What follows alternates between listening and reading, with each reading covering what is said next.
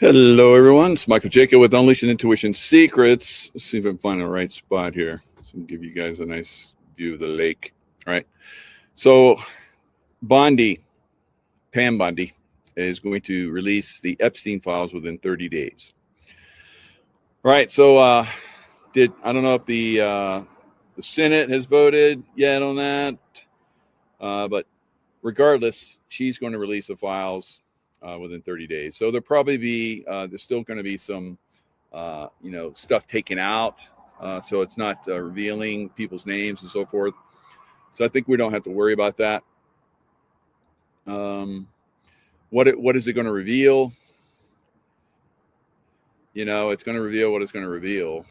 And until you get judges that will convict, which you're not going to get until you get military involvement, it means nothing. And I think that's one of the reasons why President Trump was so reluctant to, push it. Because it's like, we need to get this done first. All right. And I think we're going to find out. All right. Now, I think that the military will be involved at some point. We will not have free and fair elections. All of us know that, unless the military gets involved. Right. Cut and dry. We have a captured operation in almost every county of America, and there's cheating that goes on.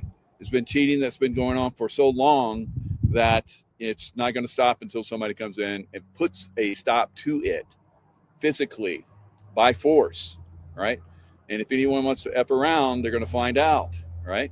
So this has to happen. And that's why we saw yesterday, and I put the video out yesterday, and other people did as well. I think I saw Juan O'Savin talking about it. It is very interesting how you had all those people with military backgrounds and intelligence backgrounds that came out and were telling military that they should not obey unlawful orders. Duh. All right, we all know that. So what are you trying to instigate there, right? It's very obvious. It's very obvious. They're trying to make people double think. And then, of course, they have people that are within the military. You look at all of the people, that pretty much, I won't say all of them. I work with really good officers over the years in the military. The best ones usually didn't rise to the top.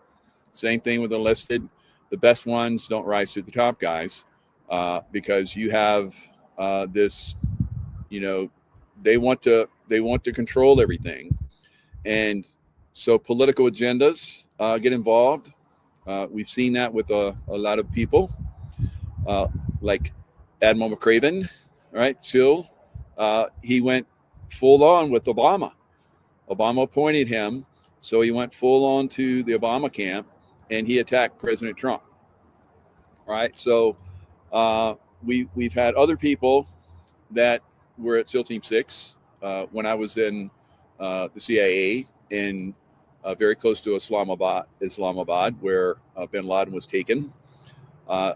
Former SEAL Team 6 guy that was on a show just recently, and he was talking about how Obama wanted the raid to be delayed a day so that he could do he had like a press, dinner or something with all the press. So he wanted it delayed a day. So they delayed it a day. And because they delayed it a day, that's why one of the helicopters crashed, because of the difference in temperature and lift and all that kind of stuff. So, political bullshit, guys. And I saw it the whole time I was in the military. Rules of engagement. Once we went in, it was like, it's, kick ass. And if you feel threatened, then you can kill the enemy or kill somebody that you feel threatened by. And then eventually it was, okay, you need to not do this. You need not to shoot these guys. And you need to make sure if you shoot somebody, you shoot them like this. It was insane. Absolutely insane. Right. Now, when I was fortunately, when I was in the CIA, I was like a James Bond guy, licensed to kill. right? You F up, you're going to find out, right? So fortunately, I was able to, move and groove and never get in a position where somebody needed to find out. So that's what we're seeing right now with our political situation. We have incredible rules of engagement that are not make absolute no sense. And so we have to come in with good leadership from the military, not compromised military, not judges, not military, not political types that have agendas. So this has to be cleaned up. There's a lot of cleaning up that has to be done, and it's not going to happen overnight. So Epstein files released. So and so was on the Epstein. We already know Clinton was on 26 trips to Epstein Island, but he didn't go on the Epstein jet. And did he go to the island? Just because he was on the jet and went to St. Thomas, where Epstein's jet landed, it didn't land on the island. There was no airport on the island. There was only boats that could get to the island or helicopters. So there's no manifest for either of those. So Bill Clinton flies on Lolita Express to St. Thomas, and that's where it ends. So it's going nowhere, guys. Everybody's like, oh, he was on the Lolita Express to, Epstein Island. No, he went to, whoever they were, went to St. Thomas. So maybe they could say, well, I just went to St. Thomas and, I just had some meals and so forth, and then I left. Maybe, and for a lot of people, maybe that's true. Maybe they just went to St. Thomas, or maybe they went to not Little St. James, but they had a larger island. I don't know if you call it big St. James or whatever, but he had a larger island as well. Now, Epstein, how did he make his money? We know that the CIA, Mossad, and MI6, they were funneling money to Epstein. What was Epstein doing with that money, right? Was he like buying the ranch in New Mexico? And he was given the New York mansion by what's that guy who had Victoria's Secret, whatever that guy is. Nothing's ever happened to him. So he was given the mansion by that guy. And then we have, of course, Little St. James and Big St. James, whatever, and his own private jet and all these other things. And did they just funnel money to him? He was like an investment billionaire? No, he was an idiot. Everyone that was investment grade, in the stock exchange and so forth, they're like, this guy didn't even know what the hell he was doing. I asked him questions and he was like, he didn't know, right? So they gave him the money. They created a facade, and with the money they gave him, now we're already finding out there are Democrat Congress people that got Epstein money laundering. Hello, money laundering. All right. This is going to be a big thing going forward. All right. So the Democrats want to reveal. Let's think of the Democrats. They're in their own. They're out in the ocean. They're all like playing. They're throwing the ball. They're all like having fun. And then,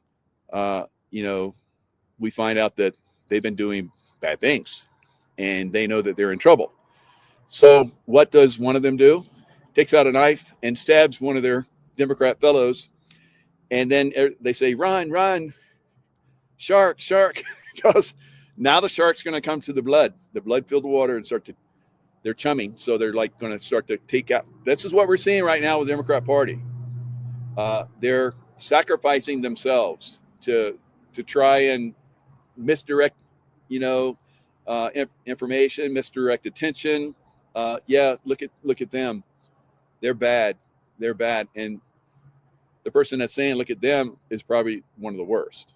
All right. So we're going to see this be revealed. And again, will they be held accountable? Who's going to hold them accountable? Because they own the judges. they own a lot of the law enforcement and FBI and CIA. So that has to be cleaned up. And when Trump was taken down in 2020, he could have gone on, but they had everything. They had everything on him. They got blindsided. So now they're smarter. They know who the problem people are, and they're coming after them, starting to take them down. Like all of those 51, I think it was, former Intel, high ups, some of them former CIA heads of the CIA and so forth. All of them lost their security clearances. So there's a methodical taking down of the system. James Comey looks like he's going to get off. And did he reveal, or was it just a big ploy? So everybody's looking at that. But the judicial system kept him alive. So the judicial system has to be taken out. And maybe that's another reveal. Because everybody's like, oh, we got him. He's like, he's going to go down. It's like, no, he's not going to go down. The judicial system is corrupt. Hello. Right? So that has to be taken care of. So Epstein Island, what? Like what? There's nothing there. You can't convict somebody that got on a jet and flew to St. Thomas. Then you have to get them going to the island, and there's no record.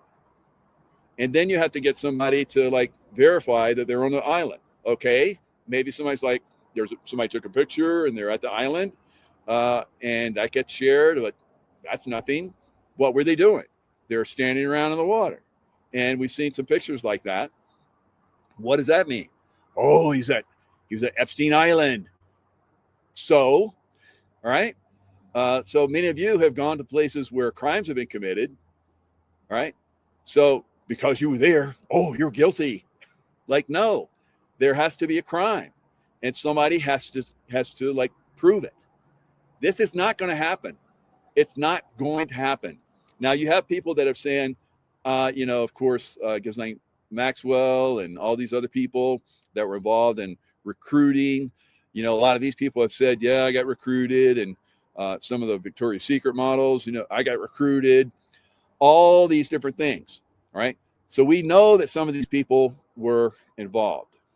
We know that some of these people recruited, and then some of those people were abused. And some of them have come out. Some of them, their names are redacted. Some of them have come out openly. And some of those people that came out openly are dead now, right? Suicided.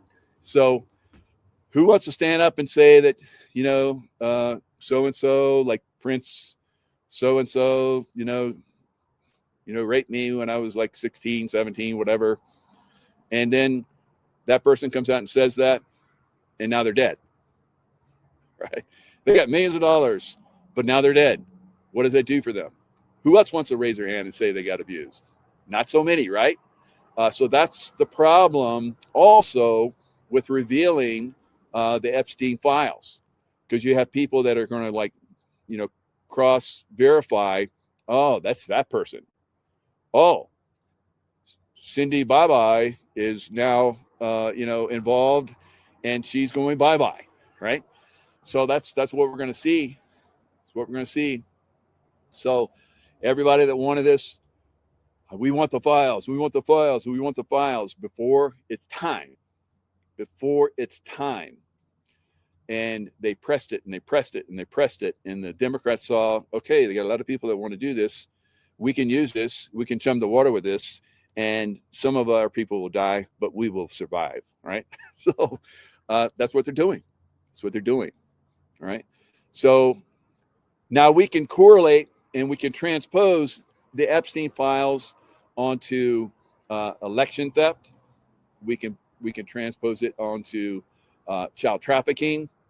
Hundreds of thousands of children missing in the United States. Hundreds of thousands, right? And we know that some of them have been rescued, and we have their information. They're redacted to a certain extent, but I've had so many people on my show that have revealed this stuff, guys, and nothing happens because the judicial system is corrupt, because the Child Protective Services is corrupt, right? I'm going to have a guest on my show coming up Monday, and you might remember how a while back, Child Protective Custody came and took their children, right? So they're going to come on my show and talk about it. But I've had many people talk about this, how this one woman was involved with a man that was very rich, very powerful, and their children were being abused. We've seen this over and over again. So she came on my show and she talked about it. She talked about how her son was being taken by the husband and being raped, right, by the father and other people, right? We know this. This is happening every single day, hundreds of times every single day, all over America, and thousands of times all over the world, right? It's not, and then again, it's not just America. It's a worldwide problem, and the Trump administration is trying to do a worldwide takedown. So I'm not saying we need to just be patient. No, we need to be involved. We need to watch this. We need to be commenting and sharing and all these kinds of things. But you need to understand this is not going to happen like that. It's not going to happen like that, right? Everybody's like, oh yeah, we got the information on them. So what? Right? We've had information on a lot of these people, and they've been revealed for a long time. So it doesn't make any difference at this point. So yeah, very, very frustrating. Many of us that have seen this, that have been involved with it for years, 5 years now, at least. No, I've seen it a lot more, many years before, but I've known that you're not going to take these people down. They have incredible power. You're talking about people that heads of state, like Bill Clinton, Bush family, so on and on and on. You're not going to take these people down. You look at Joe Biden molesting people right in front of us on camera, molesting children. And did the Democrats speak out about that, outrage or anything? No. So you got people, normal people, that are covering for these people. That should have, when that happened, there should have been a friggin' outrage. There should have been people like storming that guy, right? JoJo, right? Bye, JoJo, all right? So eventually caught up with him, and he is bye. But what did he go bye for, right? I posted a meme, I think it was yesterday, and it had Biden with his look, and you look in it's like, what do you see when you look in Joe Biden's eyes? And it's like, dead people, because he was part of killing a lot of people, right? I see dead people. So I see dead people in a lot of these people. Clintons, right? The Bush family, Bidens, or Obamas. It goes on and on. It goes on and on.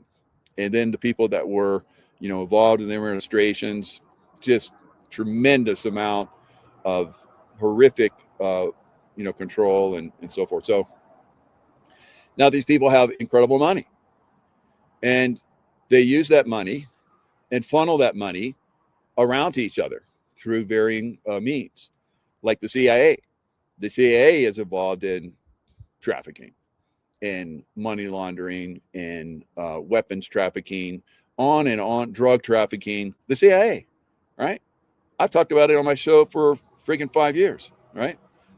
There's other people, not just me, that talked about it, right? So they use that to fund their black projects.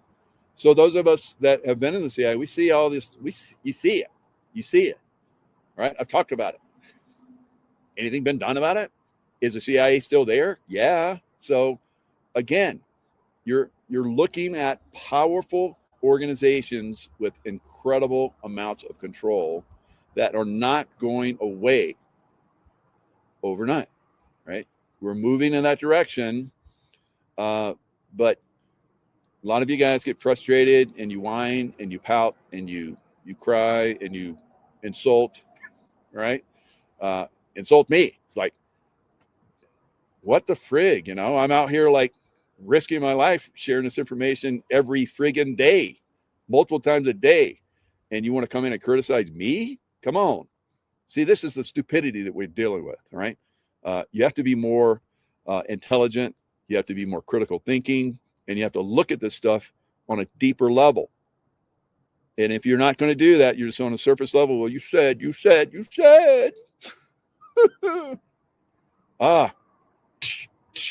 Wake the fuck up, right? So we're going to continue to see good things happen. Many of you aren't going to notice them, right? Some of us will point them out to you, and you still won't see it. But that's the way this show runs right now, right? It's not everything, you know, falls apart, and then the golden age financial system comes out. You have to take down that whole system. The financial, the political, the judicial, the spy networks, all right, that don't serve us, that serve, you know, the elite bastards, right? So you're going to continue to see the slow takedown. Like James Comey. Why is he still walking free? Why is he still walking free? It's bullshit. We all know that he should have been gone long ago. When he came out and he said, he pointed out Hillary Clinton did this, Hillary Clinton's emails, they destroyed their phones, they destroyed their computers, blah blah blah blah blah blah blah blah. But we're not going to do that. We're not going to convict. I was like, yeah. I was working out. I was like, yeah, oh God, this is a dream. This is a dream. And then he goes, no, we're not going to convict. And I was like, wow, what the F are you? You need to go bye-bye. But he's still here. He's still here. So that kind of like stupid BS has to go away. All right. And I don't know if we have to rise up to do it, because I'm looking at Mexico and I'm like, they're going to rise up. Mexico's going to rise up and take down their leadership. All right. So a lot of this stuff we've been talking about for a long time. A lot of people have, like I talked about, you know, you're a conspiracy theorist, blah, blah, blah, blah, blah, blah. I'm like, no. And we have an expert to come in and talk about that. Theo, good to see you again. Nice to see you again and to discuss such an important subject. Oh, God, yes. Thank you. It's about time that we kind of clear some important points, especially in regards to the film Eyes Wide Shut. I once had the opportunity to interview one of the main actors in that movie. And from what I gathered, it's always been the portrait of something real rather than instead simply a tale, a novel, a fantasy about rich people doing weird things. Mm-hmm. And of course, in the last few weeks, we had more and more talk about the Epstein scandal, and we had at that point people within the mainstream news finally admitting that there is something more to it, and that maybe we should be a bit more, we should kind of say sorry to the so-called conspiracy theorists who in the past have discussed the possibility of the whole thing being real. As you know, I have published lately a book, which is The Rise and Fall of a Frankist Monster, which is based on the Sabbatian Frankist cult, which was behind Jeffrey Epstein. So when I saw what was going on, and I actually read this article by Sharon Waxman, which is the founder and CEO and editor-in-chief of the RAP, by the way, also a former journalist from the New York Times, so a mainstream journalist who has won various awards, a best-selling author. I realized that it was about time to also write an article about people finally having this realization now that maybe behind Jeffrey Epstein, it wasn't only about, of course, it was also about money. It was also about power. It was also about a blackmail sting operation, honey traps of sorts that will lead to led us to various intelligence agencies.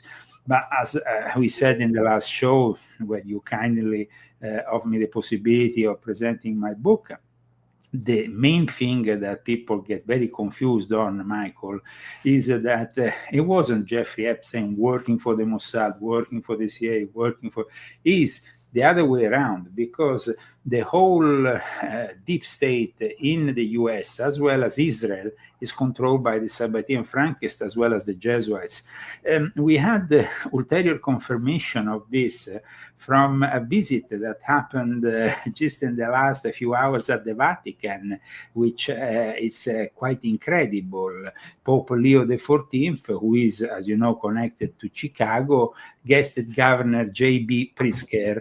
And J.B. Pritzker comes from a family of Sabbatian Frankists from Ukraine.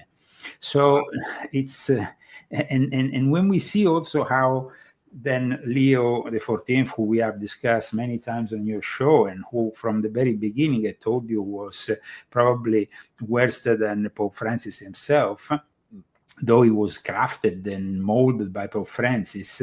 I think that is important that people realize this alliance has been going on for a long time between these heretical Jews as well as heretical Christians, because I don't think that there is anybody in the right mind that can say that the Jesuits have been always, really the representatives of Jesus. Contrary to their name, Company of Jesus, they are actually, like I said in volume 12, the very last to have that genuinity about Jesus and as our Lord and our Savior. So I think that today we are in a very different world from yesterday, because yesterday demonstrated what I already told you, that if Trump maintained himself ostracizing the Epstein files, he will eventually lose control of his party. And so suddenly he opened up. But the problem is, will anything be revealed? Well, that's a different thing. That's a different thing. Unfortunately, there is already various things that, let's say, are moving behind the scenes that make me think that probably there is going to be highly redacted material, or maybe material that is going to be simply pointing on one political side rather than the other.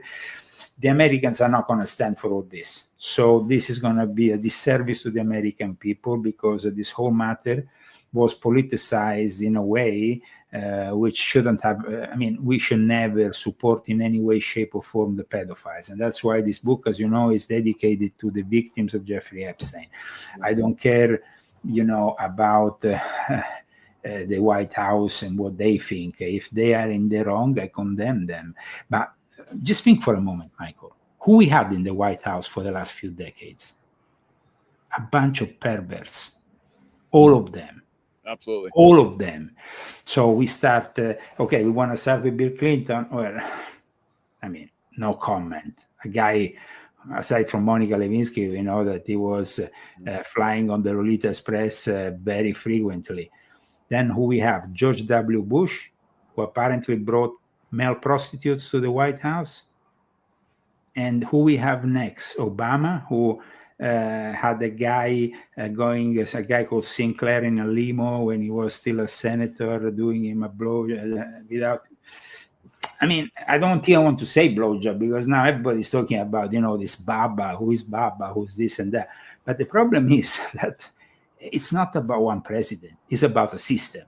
So today, we want to go deep into that system to understand a little bit better who are the protagonists. And I think if we want to really dig deeper into this whole thing, first of all, we have to go to the very origins of the Epstein case, which, as you know, are also not only, I mean, they are not only in what we already know, but in what has been covered up, because it's part of the history, the legacy of America, that starts from people like Samuel Bronfman, that starts from people who are not even mentioned nowadays because they were already either dead or on their way to dying by the time Epstein came into the scene. So this kind of understanding brings us to, for example, when it comes down to the dark secrets of the United States, we have people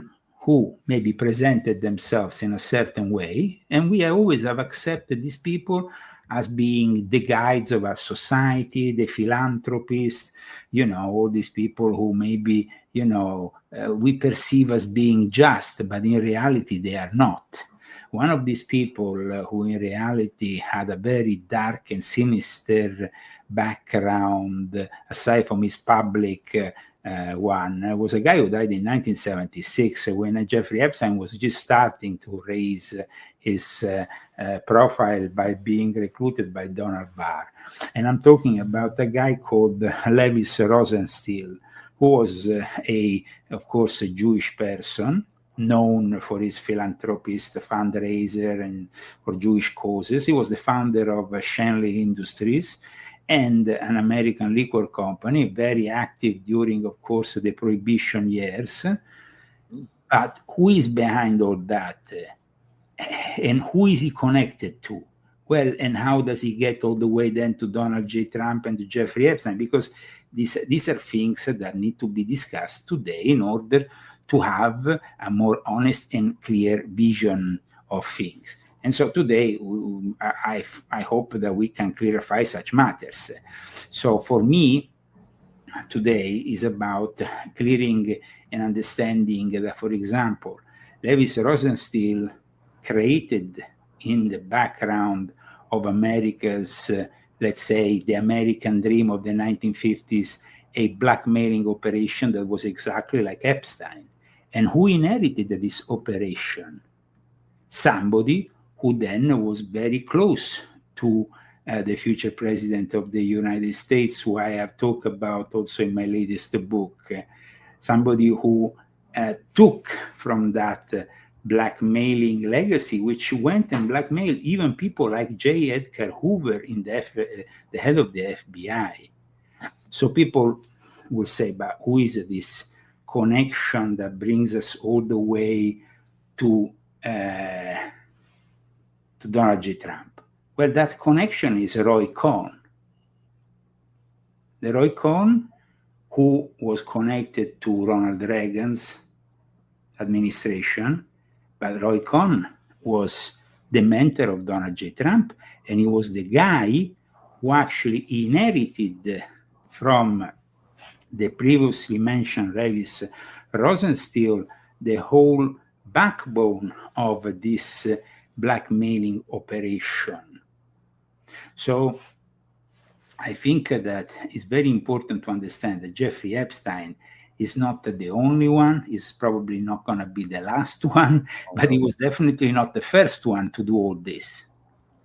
And he inherited himself almost a position from the people before him who were doing these kind of things. Now, people will say, but I mean, here we're talking, people fantasize now about an email where it says Trump is blowing Baba, okay? But let me tell you, Roy Cohn died of AIDS, and he was one of the most depraved people in Studio 54. Wow. Go and check Google and the photos of Roy Cohn at Studio 54. Guys, this is not about Trump. This is about a whole system of power, of people that present themselves in a certain way, but they are completely the contrary when they are in private. I saw it myself, people surrounding villas with Secret Service operators and stuff just to protect, of course, the officials who were inside, who were maybe doing all kinds of stuff. So the Eyes Wide Shut is a reality. It's a reality that Jeffrey Epstein was involved with. And in my book, I have gone deep into this reality, as you know. And I think it's important that people realize that this reality is not restricted to one person, but it's definitely part of a tradition of the elites. If you think about it, the actual film Eyes Wide Shut, the outside scene when you have, for example, Tom Cruise getting to the villa, the castle, the place where they conduct the ritual. Well, that place belonged to the Rothschild. It used to be the family house of the Rothschild. Roy Cohn inherited. You see how, he wasn't really. The guy could be in a gay pride setup all his life. If you see him by his photos, are you still astonished about somebody blowing somebody else here? So, when my book inserted Roy Cohn, I inserted him also linked to the B'nai B'rith, linked to the mega group, linked to the systems of power that we have. So I think that this book was very much, for me, the wish was to make it come out in a moment of relevance. And I think this is the best moment possible because everybody is with their eyes on this scandal and wants to know more. And it's going to probably be disappointed by what the system is going to eventually serve them with, because no matter what, they're going to put the national security in front of it all because you can see that, you can see this.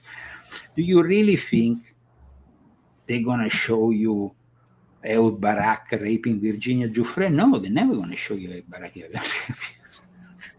There is going to be World War III and a bunch of nuclear weapons detonating before that will ever happen. Yep. So it's like, so I think that instead of wasting your time in the, in this, in idealizing Trump, we should come to the awareness of reality.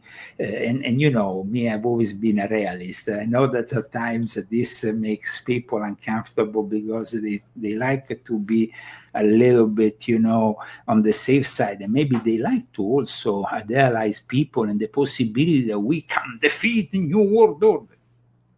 Listen, guys, you can't defeat what you have in your pocket. You can't defeat what you have in your bank. You can't defeat a system that is basically owns you in every way, in every way you move.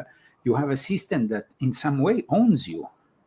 You put your money in the bank, they own you.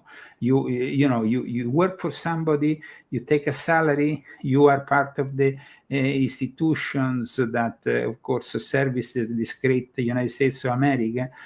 Some way down the line, there is some kind of level of compromise. And for me, it's important today to understand and explain to the people that the Sabbatianism and Frankism, with their distinct tendency to practice heretical rituals, to encourage the overstepping and inversion of established religious laws and rules, because in the end, is about these people being able to preach outwards that they have some kind of belief, either Christian, either Muslim, either Jew. They say, oh, we are great Christians. And then, maybe if you see them in their private life, they have this lover, this other lover, they go with this and they do that and blah, blah, blah. It was very easy for a gentleman called Ataturk, who founded modern Turkey, to simply put a bunch of imams into a train called that we know as the Orient Express and fill it up with prostitutes, and from that moment onwards, blackmail them for life. So it's about also the blackmail system, which is part of it all and has been for a long time. Now, Roy Cohn was part of this Sabbatian Frankist vision of things, of these dark demonic powers, which in Judaism are known also as the klipot, that are naturally ingrained in every man's constitution, and they oppose each act of salvation. And they are, of course, they are selling all this as a way to bind people together. So it's not only, the ritual in itself, but the fact that you participate to something forbidden, something that is a little bit like when the Skull and Bones, during their initiation ritual, have, these people who for a whole night have to confess all their most all their secrets to a bunch of strangers. So it kind of creates really the bond that will never end, that bond. And so at times I noticed that in Satanism, those practices, may they be the sacrifice of a child, the rape of a minor, anything that is forbidden and perverse becomes also a matter of deep union between the parts. Now, going back to Eyes Wide Shut, this film was ended and edited after the death of Stanley Kubrick. And apparently there were parts that were omitted from the film. There is a lot of discussion about the end of the film. And why is that? There is apparently 20 to 30 minutes that are missing from this film. But, when you edit, you can throw away things that maybe don't fit with the narrative. But in this case, apparently, there were things that were deemed dangerous. And one of the things that is often discussed is that the last scene was in reality Tom Cruise and Nicole Kidman giving their child to the pedocult. Oh, wow. So just to give, when you see this movie, you see obvious reference to sexual magic. And sexual magic is a practice that as I explain in my book, has their very roots in Sabbatian Frankism. I mean, of course, there might have been perverts since ancient times doing all kinds of depraved things in the ancient Rome as well as in later situations. But the fact that they codified the rituals in a way that they functioned for also an elite of people, well, that is a typical thing that was done by the Sabbatian. I mean, you see, there is the Sabbatians and then there is the Frankists, but they have, maybe some similarities. And they, of course, have a lot in common because in the end, the Frankists were simply the Sabbatians with added elements, especially the cult of the female divinity, possibly in the shape of a sacred maiden or a whore that is subject to collective practices of devotion and adoration. Well, isn't that what Anton LaVey did with his Church of Satan in his Black Masses? It's exactly the same. And in fact, Anton LaVey was Anton Levi, and his family came from Thessaloniki, and they were Sabbatians. So the very roots of modern Satanism are in this cult of very powerful people. The fact that, for example, in Frankism in particular, a tendency to reinforce military customs. There was a lot of discipline, including the application of hierarchical structures. And this is very important because, as you know, even in the mafia, there is a hierarchical structure, and often they borrow military, military terms or military, the guy is a colonel, or the guy is a general, or the guy is... And so there is always been the use of a hierarchical structure, and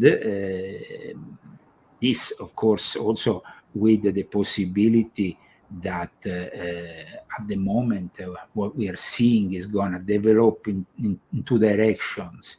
So it's one direction in which they will actually go after maybe 10 to 12 people in those files and expose them to the legality of it all, which means they will eventually get sentenced. But that is a possibility I personally have very little belief in, Michael. Because we are talking people who are very powerful, people who can buy entire states if they want. People who own... They may make some patsies or sacrifices of their group, but as we know, they'll tell somebody to sacrifice themselves so that you're doing it for the good of the whole community, and that's why they do it. Yeah, but remember that there is also so much material that has been made already public, and the people have a lot of expectance. If you just go after some, now, for example, in the last few days, there has been a lot of talk in regards to one of the characters that was probably important, but still, to tell you the truth, minor respect to other characters. I'm talking here about Summers, the guy from Harvard. Now, you know that I have Larry Summers. I have dedicated a whole chapter to Harvard in my book. I have explained that Jeffrey Epstein had an office in Harvard, went in and out of Harvard, where, like you're wearing now, like your hoodie, he had the thing with written Harvard, he went around with it. He was very much present in Harvard. So today we have the exposure finally of somebody like Larry Summers. But Larry Summers also is resigning from OpenAI board because he was part of the OpenAI board. Which is a very important position, because today OpenAI is a very important part of the new tech industries, and developing the AI. There is OpenAI, and then you have maybe Elon Musk, and you have maybe some other player. But OpenAI is regarded as the main player in this business at the moment. So the fact that he had to... People, for example, also when it comes to Lex Wexner also is involved in the AI. I mean, all these people are involved in the AI. They're involved in robotics. Himself, Jeffrey Epstein, was involved in financing what became the software for Sophia the robot. So people maybe should realize that it's not about simply some depraved individuals having an orgy. There's a little bit more to it, no? Yeah, and Epstein was money laundering for the elite as well, paying off people with the money that they would give him, and then that they need that. They always need somebody to money launder, the dark money that comes in, and he was expert at that.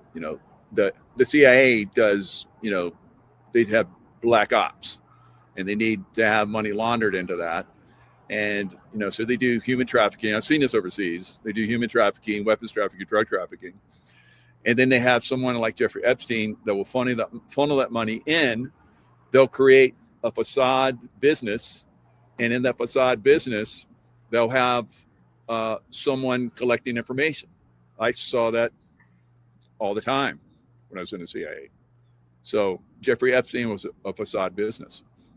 Well, Jeffrey Epstein, like I said, there was a facade business, but he was also not working for the CIA, like I explained. There was maybe the CIA that was working for Jeffrey Epstein and the people behind him, which is also the case for the Mossad, which is also the case for Shin Bet, which is also the case for MI6, MI5, or all the other agencies involved.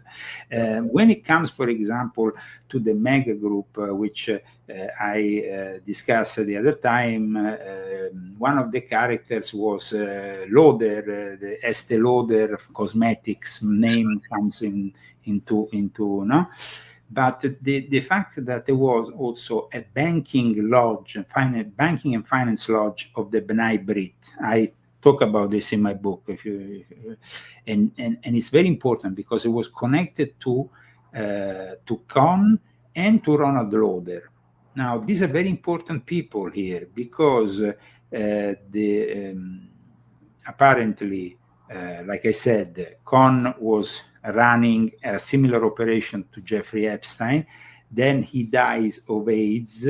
And then we have, though, right in the period, which is like 1996, we have also Lauder as a major financer of Israel's Likud party, which then started to rise because, at the time it was the labor Zionists that were more successful politically in Israel. And so then it kind of turns around. But the year that Roy Cohn died, it was 1986, sorry. And then 10 years later, we had that happening with the financing of the Likud party. But it was at that point that we see also with Ray Cohn that it's almost like he dies in 1986. The moment Ray Cohn dies is almost like Jeffrey Epstein picks up his blackmailing operation. That is what I came to the conclusion of in my research. I mean, it's like 85, 86 when Les Wexner gives him that building. With cameras in Manhattan. Apparently, instead, it was before they got to financing Jeffrey Epstein's operation. Apparently, Ray Cohn was conducting this operation in a very important hotel in New York that apparently was owned at one point also later on by Trump. And in this hotel, they will have minors and people involved in a situation similar to the Eyes Wide Shut kind of scenario. We know that there is... So do you think that Trump was involved in some of that? Okay, there is a lot of people that tend to defend Trump because they say Trump, in a way, has been servicing the system for, like an informant almost. So they tend to give Trump the benefit of the doubt by having him linked to a informant kind of figure. Right. But the problem is that over and over again, we see that, it goes a little bit above that informant kind of, how we can say, of level of participation, let's say. So in between 85, 87, Epstein becomes his relationship with his principal financier, which is Les Wexner, which was closely associated with Lauder, who, by the way, because together they will also found the mega group in 1991. So there is a connection there that is very strong. From my sources, Les Wexner and Epstein were already working from 1985. Some people claim 87, but I found some credible sources that he was already, because already from that moment onwards, he makes him basically use the whole building that he will eventually give for $1. That is very symbolic, sell to Jeffrey Epstein. So we have the origin of the mega group, which is with very powerful figures. But let's not forget that these powerful figures, like we said, are from the Sabbatian Frankist milieu. Now, Benjamin Netanyahu, where does he come from? Where is he originated from? He's originating from Polish Sabbatian Frankism, the family. So here it's like, you put together all these elements and you find that these people are all interconnected, that basically there was a connection that goes all the way to Shimon Peretz, to other people, like I said, Bronfman, and so I think that Edgar Bronfman was probably one of the most important figures. Then we have also the Anti-Defamation League director, Abby Foxman. Now, let's not forget that the Anti-Defamation League was founded by the B'nai B'rith, and in my book I show that the B'nai B'rith is a Sabbatian Frankist creation, because in reality B'nai B'rith, if interpreted as Rabbi Anterman interpreted, was meaning Shabbatai is my illumination, so more clear than that it can't be.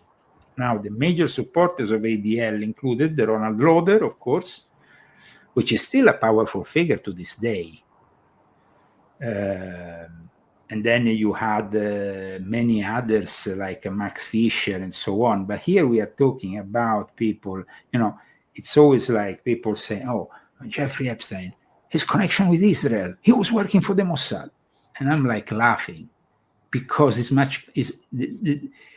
Jeffrey Epstein was much more than that. It was bigger than that. Oh, yeah.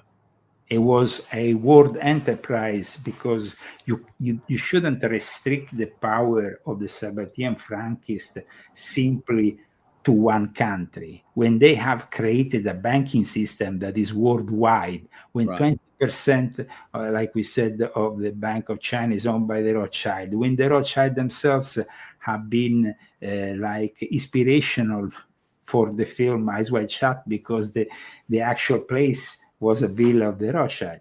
Mm-hmm. People, wonder sometimes about that, but it's called Mentmore Towers.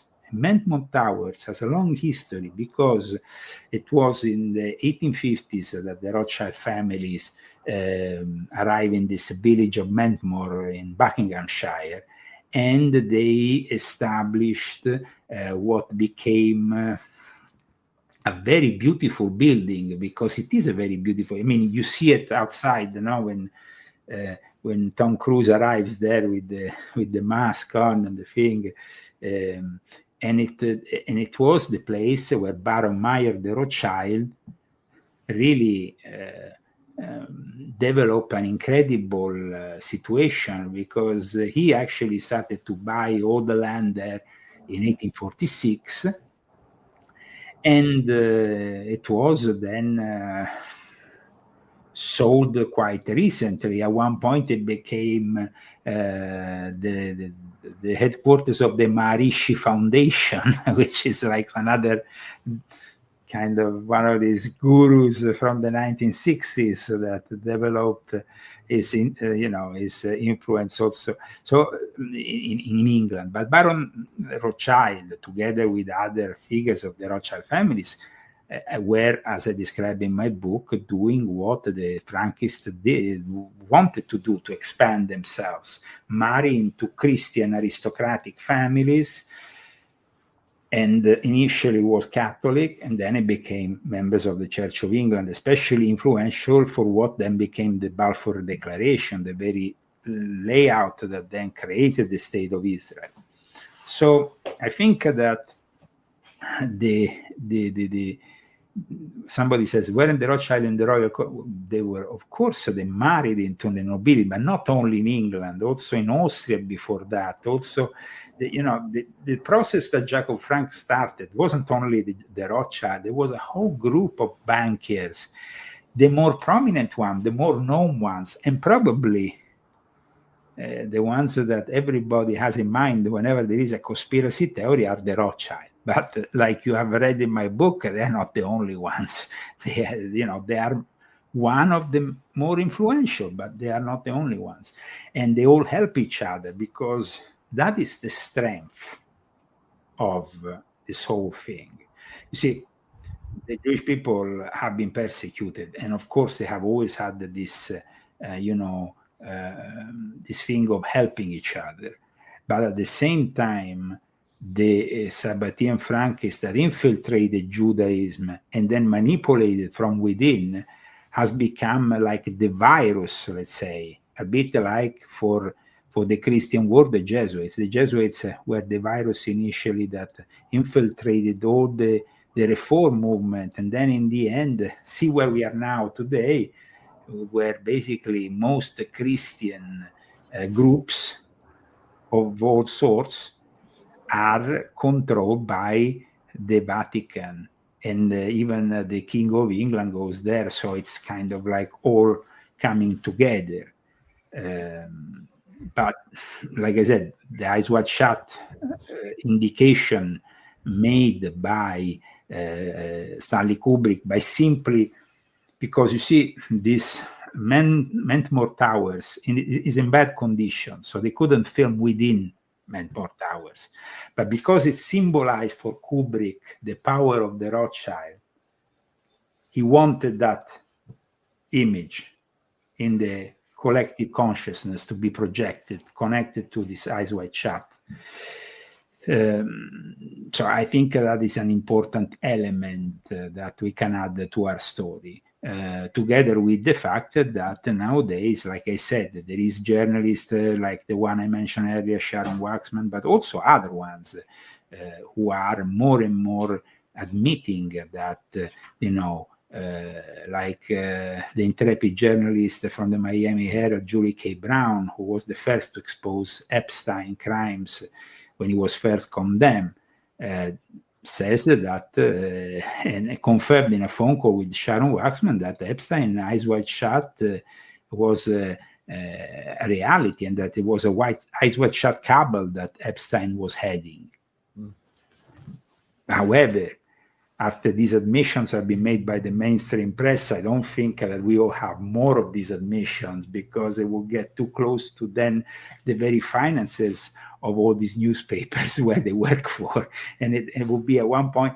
See, today, The Economist, which is now another thing, The Economist is a prestigious newspaper, a prestigious publication now that we all take information from. Well, The Economist now is being sold, most of it, from Linda Rothschild, personal friend of Jeffrey Epstein and the former Prince Andrew, to John Elkann, who, as I showed here, is one of the rising names of Sabbatian Frankism, and I showed him in my book.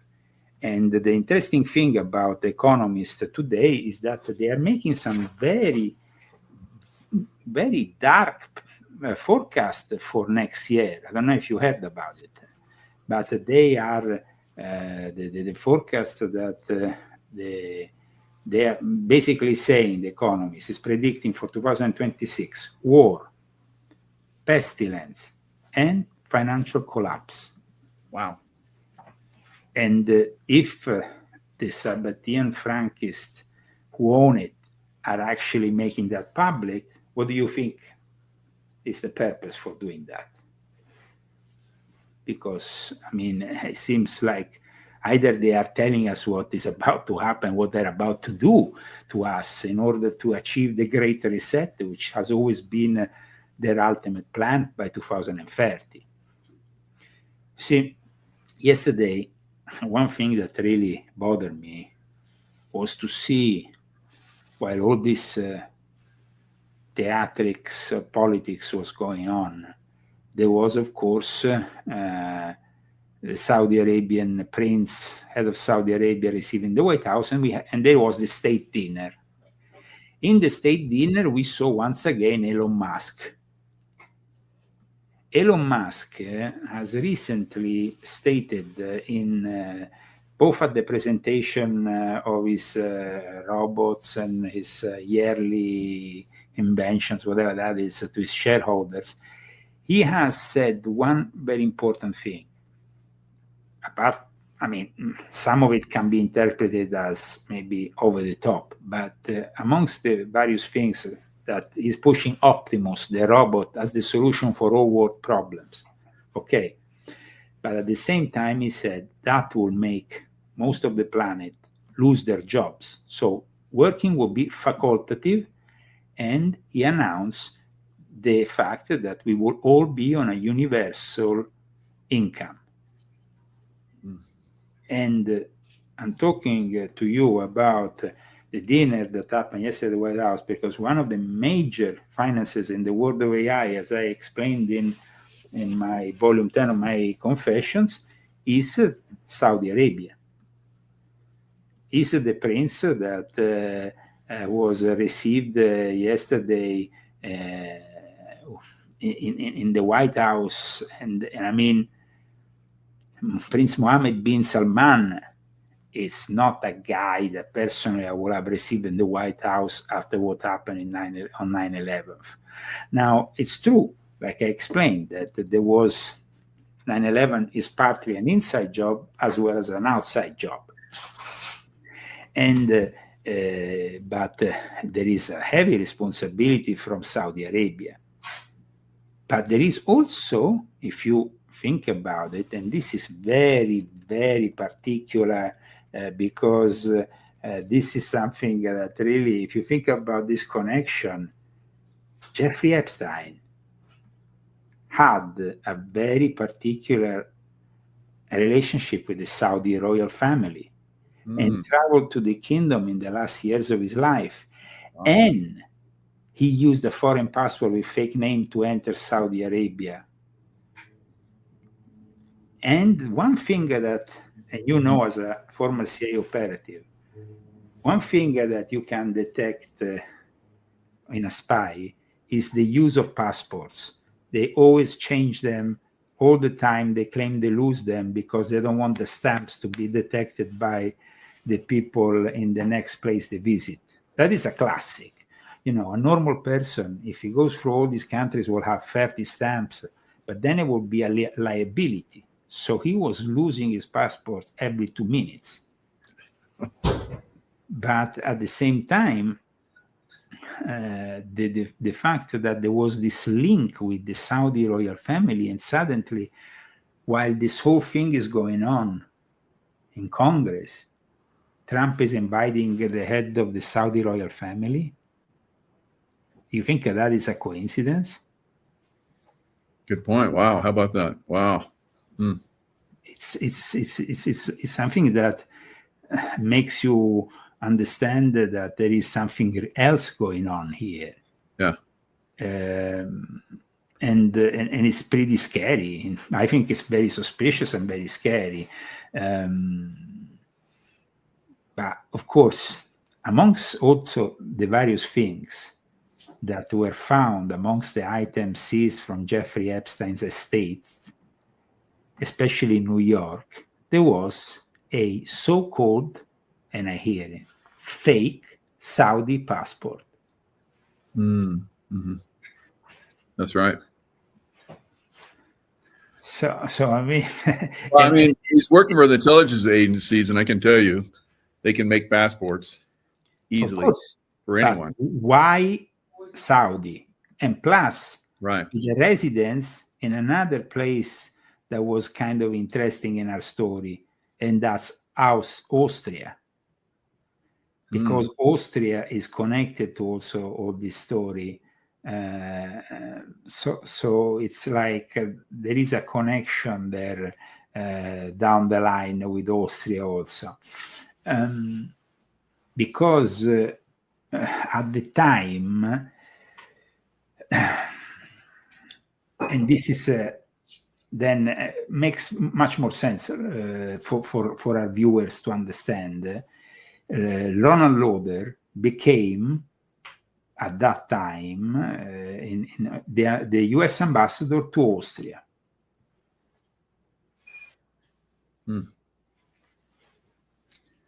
And that was the year in which, after Roy Cohn died, they passed on officially the sanction that the guy who will be in charge of this whole blackmailing theory will be Jeffrey Epstein. So who do you think is doing Jeffrey Epstein's work now? I think that you see, today we are in a completely new era, because today we are in the era of the internet, in the era of artificial intelligence, and so it becomes much more difficult. It is like hiding is not possible. Today you can't simply lose a passport or a stamp changes your identity, because today you have 1,000 ways of tracing a guy, with facial recognition things, vocal recognition. People say, oh, but I'm going to change phone number, I'm going to have a burner phone. They will, after 20 seconds, recognize your voice and at that point identify you, because they have extremely sophisticated equipment that wasn't present before. So I think that today the work that Jeffrey Epstein was doing sounds a bit reminiscent of those espionage tales where you have those points of where you had, for example, rooms full of people intercepting phone calls, maybe with recording on a it kind of sounds a little bit too. I think that today it might be more possible that you are working with very sophisticated hackers, with people within the tech world, rather than people. And Epstein knew, though, that we were going towards an AI reality, because he himself was involved with it, like I explain in my book. I mean, people like Peter Thiel and Palantir, what is he doing? I mean, so it's like, I think that today it's a little bit of a different world, but the new players of the game, amongst the new players would be definitely a guy like Peter Thiel. That's why I absolutely distrust J.D. Vance as being a possible alternative to Trump. Yeah, I don't see it either. I don't see it. So I think that today we need to be very much more, like in the past, you had these people that were running around the world thinking they own it. Now, these people have a system technologically that protects them from, the mass, and they are becoming more and more part of a techno-feudal empire. And that means people who have extreme wealth today, they're simply investing in the cyber Satan artificial intelligence setup. Like I explained in my book, by the way, Peter Thiel comes from a family who has its roots in Frankfurt. In fact, in my book on Jeffrey Epstein, I explain that the relationship of the Sabbatian Frankist and the Christian families, like Thiel's families in Frankfurt, is a relationship that goes back hundreds of years. So it's, I think, a guy also that is always talking about the Antichrist as his pastime. And he makes conferences about it and all that. I mean, it's definitely a guy that doesn't inspire me confidence. A guy who this year was one of the main guests at the Bilderberg Club that was taking place in Sweden. It's not somebody who inspires me a lot of. Now, we're talking about a guy who's doing predictive policing, counterterrorism analysis, works for the intelligence community here in the USA, USIC, works for the United States Department of Defense. The software that he's creating is used for missions, a critical national security system. You understand that even in your time in the CIA, what you were doing back then couldn't be done now in the same way, because the technology has evolved. No, completely different. Absolutely. I mean, we were going into. Remember when you used to go? You didn't have internet connections. So you had to go into like these internet connection. They have rooms, and you go in the computers and you buy time and stuff like that. Some of our case officers would go in there. We give them protection, of course, and they go in, and they would go into these rooms, and they would be able to track the people that had been in there because they had technology to do that. Of course, now the satellite and all of the Wi-Fi and all that kind of stuff. But still today, for example, I have a relative who has security, goes into the hotel where the boss has to stay, and the digital footprints, like you said, are scanned. They make sure that there is no way that their computers that they're going to be used or mobile phones will be hacked. It's becoming a different way of approaching the whole spy business. And so it has evolved in a way that today, will Jeffrey Epstein be able to have the same level of impunity? I think probably that the islands that he was purchasing, because in the last years of his life, he also purchased an island next to Little St. James, a bigger one. Bigger one, yeah. The plan was to isolate those islands then from any kind of scrutiny, with the heavy use of technology, because only in that kind of setup you can really isolate yourself from the phone cells, everything else, satellites. You can shield everything, and maybe at that point have a level of impunity like he used to have. Palantir, and the fact that he was linked to Palantir, the fact that Palantir is involved in governance surveillance through artificial intelligence and facial recognition, tells you all there is you need to know there. It's like, So today we are now facing, I think, for most of America, what has happened with the Jeffrey Epstein scandal has demonstrated that there is a compromise for anybody who even comes close to power, and that Washington, D.C. is in itself compromised to a level that, yes, you can have great promises in your electoral campaigns. You can promise the moon and back, but are they ever going to deliver to us? Even this populist, side of Trump is now showing instead a different side. Yeah. And I don't know if everybody's happy about it. MAGA needs to become independent from Trump and needs to always prioritize America first. Good point. Yeah. So, it's like we the people. It's not about these politicians going to make things. It's not about letting 600,000 Chinese young students and potential spies in our countries, because that means to be a traitor. So when Marjorie Taylor Greene said, Trump called me a traitor, let me explain what a traitor is. And a lot of people now are saying, oh, Marjorie Taylor Greene should have never criticized the president yesterday. Or I think that speech she gave was spot on. They were very powerful people who didn't want this stuff known, even partially their names revealed. Like I said earlier, I doubt that we might have investigations into these powerful people. There might be some of them who might be exposed, but the level of power that is beyond Epstein is at the level. They're not going to be convicted. Listen, when you see the people behind Epstein are the people who have financed every governor in every state of the United States of America, every single senator, then at that point you are like, these people, they were forced yesterday into voting.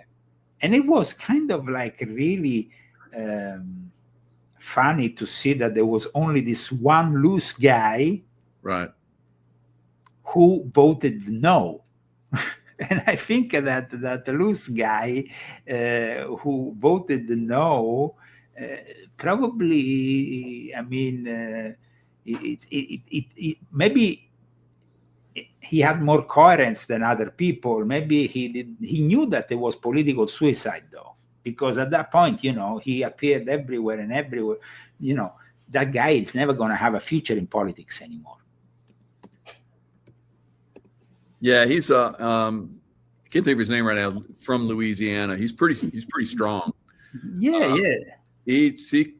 He'll probably survive, but yeah, Trump had said he wants all the Republicans to vote, and there was one Democrat I saw that had voted nay as well, and then eventually it went off. So then no Democrats. I guess somebody got to him and said, "Yeah, you need to change that vote."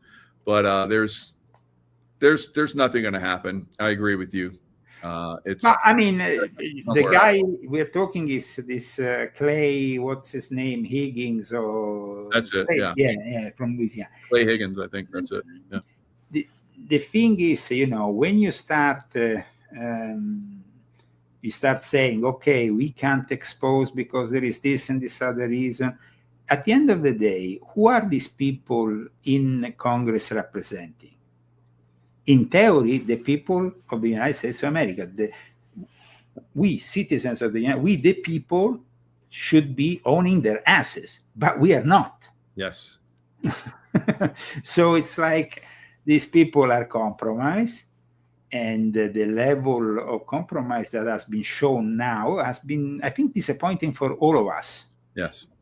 The fact that we see a very big difference, when Vladimir Putin raised to fame in the Russian Federation, he took all the money, all the riches of the oligarchs, he literally and started to redistribute them, because he saw that immediately after the fall of the Soviet Union, these people, in a way, had taken advantage of things.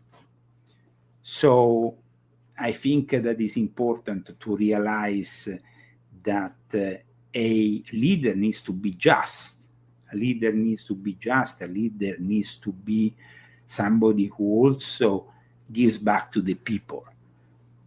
We still have 3 years. Everything is possible. Anything is possible. What is your idea about it, Michael? Yeah, it's got to come from we the people. We can't depend on any of the politicians. They just cover for each other. They're all corrupt. And so, yeah, we have to find someone that's going to be a true leader. No one that's like, bought and paid for by Peter Thiel, right? So I don't see. The problem is in this present situation in America, where politics has such high cost. We saw how much money Kamala Harris spent, over $1.5 billion. I mean, it was just like incredible, the amount of money that was spent in that campaign. And of course, also Trump. I mean, you need billions. They pay for people to support them. Like the Republicans, they'll get volunteers to go out and, do politicking and, voter registrations. Like that. The Democrats pay people. They own everything. Regardless of the politics, the Republicans or Democrats, you need the money. So even if, the idea might have been a great idea initially when Elon Musk said, I want to create an alternative party. But then he saw himself that it wasn't really feasible in this in this two-party system, which is already rigged and paid for. So it is very difficult. But going back to, of course, the subject of that we are discussing and what we are seeing with what has developed in recent times. Like we said, it wasn't born out simply of recent things that maybe Epstein, was this singular kind of guy who suddenly found a way to blackmail people and work for this or this. No, we see that it is a system that he inherited. So it is a system that somebody else might inherit. We said also that they might not have the same characteristic because technology has evolved. Today, you can find through dating apps, social networks, more information about potential victims for sexual human trafficking. that in the past you couldn't, because they relied the information directly on, you know, on the internet, their photos. So it's not like, I don't see in the year 2025 somebody like Ghislaine Maxwell waiting in front of a school for where 13-year-old come out, because after 2 minutes they will have their photo probably made by some mother on their phone. They will be exposed in some way, maybe. It will be, so that will be a little bit more difficult. You understand? It's like the concept of recruiting in the way that it was done back then. I don't think it can be replicated today. But there is other ways, unfortunately, especially through technology, that make it possible. Yeah, definitely. There is large human trafficking operations that take place today, unfortunately. Yeah, I have a friend, Louis Herms, who's running for governor of California, and he wants to do away with the taxes, you know, all kinds of crazy stuff, go after child trafficking. He's got great ideas. He's been a broadcaster like myself. He's traveled all over the U.S. Doing events. He's you know, you look at him, he's got a great chance, but, you know, he's already being attacked by, like we're talking about, this electronic, you know, thing that comes at, that they come after you with. And, you know, he's got other people that want to support him, very high level people. I've heard like RFK Jr. Wants to support him, but, you know, he's got to overcome some stuff. And he's like just a guy like you and I that has great ideas that can make a change. But we have a massive system that's going to, like, you know, try and destroy him. He's got no dirt on him. So they're not going to try to destroy him, trying to suppress him already. They've been doing it. How does somebody like that, you know, rise to the top? That's what we're talking about right now. And let's not forget that even people like RFK might have been compromised and blackmailed. We know that recently there is this whole story of this Olivia Nuzzi that came out that was somehow involved with RFK and this infidelity saga. We don't really know the level. You know, I mean, these people have information on everybody, and they will always use it against you once you reach some level of power. And if they don't have anything, they'll just lie, make it up, and then push it out there like it's real. And then, but I actually, they'll just keep on. That is also true. That is also a possibility. But if you think about it, the people they eventually have always led into power are the ones who they can blackmail with more ease because they are compromised. I will never forget that image that circulated briefly during the pandemic of those two congressmen having sex in Congress, homosexual sex. Yeah. It was never mentioned after who they were. Everything was forcefully removed from the internet, and nothing to see here. Pass on. But the system is so corrupt there that so the Sabbatian Frankists have always known that from the very start. From the very start, they knew that sex could have been at the same time something that they could use at an occult level, but something they could use also at the political level. And so they have always had that idea of manipulating people through the use of sex. Now, they are not the only sect that has done that in the course of humankind. There has been many others who have attracted the weak men with that kind of activity, including more recent Scientology, for example, and so on. Right. But I think that the way that the system has been built, with the Sabbatian Frankists being involved in the banking system, then later on being involved at very high levels in science. I mean, we are talking about also people who are very smart, the Einsteins of the situation. It's always Stein. It's always the Stein that goes in, no? And that Stein, that stone, it's always present. So for me, I think today we have realized that yes, like you said, there might be people who want to try to run for office, but trying is one thing. Achieving then a success. I personally was involved in politics briefly in Italy. I saw the level of corruption. I was so disgusted with it that it was simply an experiment I wanted to use to see it from inside, like seeing how it is to run for office. Yeah, many times, many ways. Yeah. But once they arrive to certain positions, if they become like Kash Patel and Dan Bongino, who suddenly from one day to another, they abandon the whole Epstein thing and they become silent.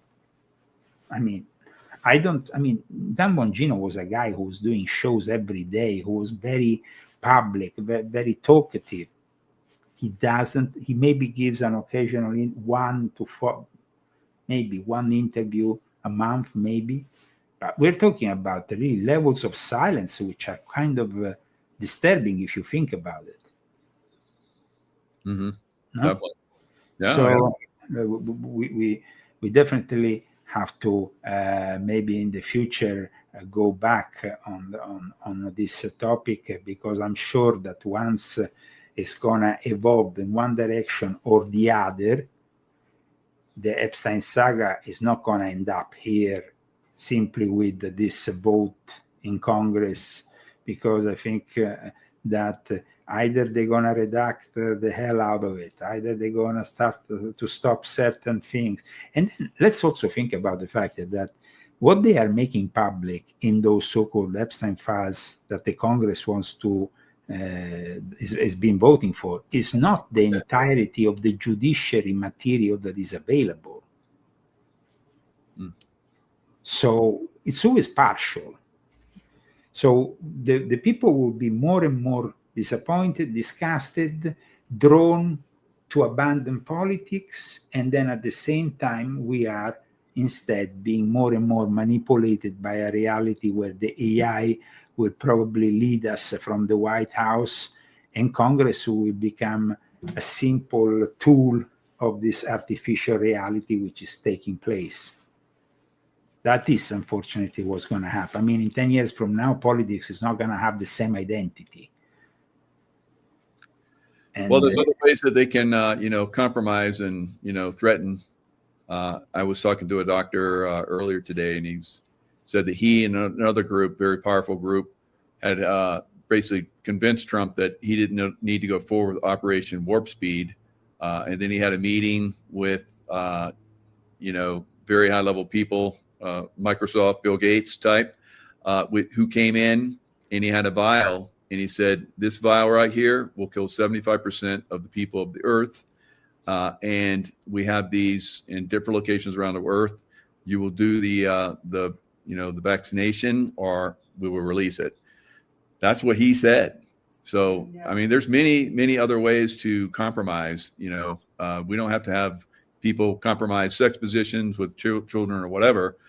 They have, like you mentioned, a bioweapon potentially, release that's coming next year. So, well, yes, that is what they are, anticipating already on The Economist, and such a gloom and doom scenario for the future by a mainstream publication like The Economist is not, a conspiracy theory publication with all the, this is considered a serious publication. Though today we don't consider as serious the mainstream news, it's still part of the established news system. I want to thank you for giving me this possibility today, as usual, to dig deep and show that really a lot of the truths that were accused of being conspiracy theories. People like me, who for decades were trying to bring out these truths and have always been derided. Maybe we were right all along, and now we will see the mainstream jumping on board and starting to admit that that is the case. I think that at one point, though, once you admit that that is true, is because these people, they don't care anymore if you expose them, because they have reached a level in which you cannot, you can't change their plans, or you can't even see what they're doing, because their level of invisibility maybe has grown exponentially since Jeffrey Epstein's experience. They also might have taken Jeffrey Epstein's experience in Little St. James, in the Zorro Ranch, or in New York as something that then they can draw some conclusions on how to operate in the future. And like I said, technology will always be of help for these people.